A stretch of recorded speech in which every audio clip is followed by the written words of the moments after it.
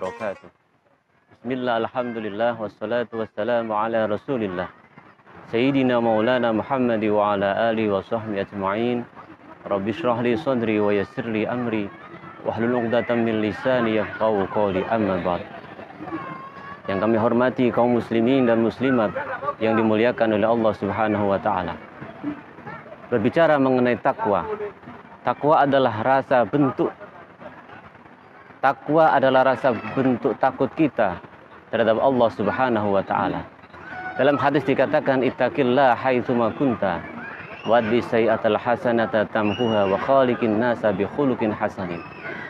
Dalam hadis tersebut ada 3 dimensi yang harus kita laksanakan ketika kita membentuk diri kita sebagai seorang yang muslim yang sangat dicintai oleh Allah Subhanahu wa taala.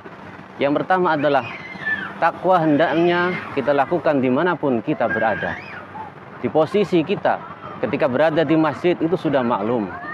Tapi yang paling utama adalah ketika kita berada dimanapun tempat kita pijakkan kaki kita.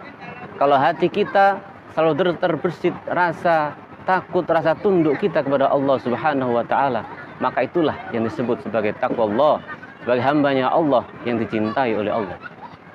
Yang kedua adalah membentuk dalam diri kita setelah kita mempunyai rasa takut di dalam hati kita.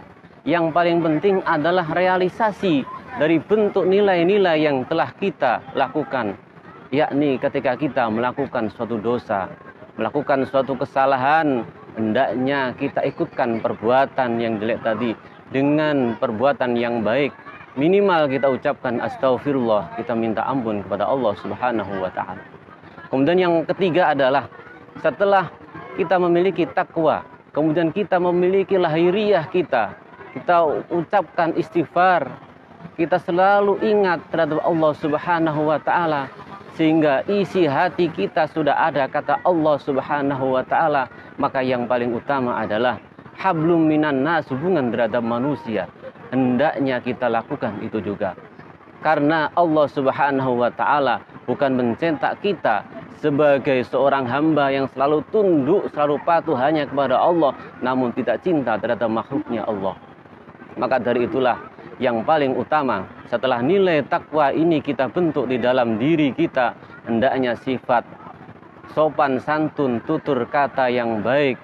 Inilah yang menjadi kunci keberhasilan seorang muslim membentuk sebagai muslim yang hasanah, muslim yang baik, yang seperti ditunjukkan oleh Nabiullah Muhammad sallallahu alaihi wasallam.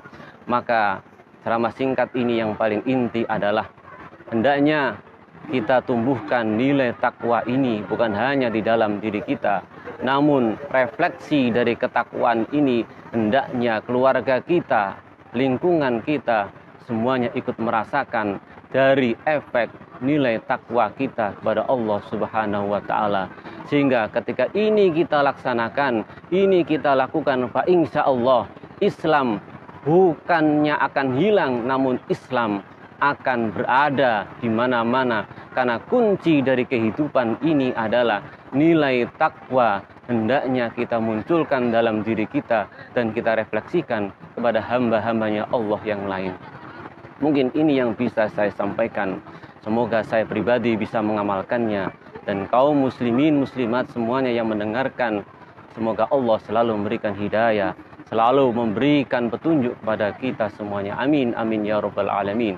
Wallahul muwaffiq ila aqwamit thoriq. Wassalamualaikum warahmatullahi wabarakatuh.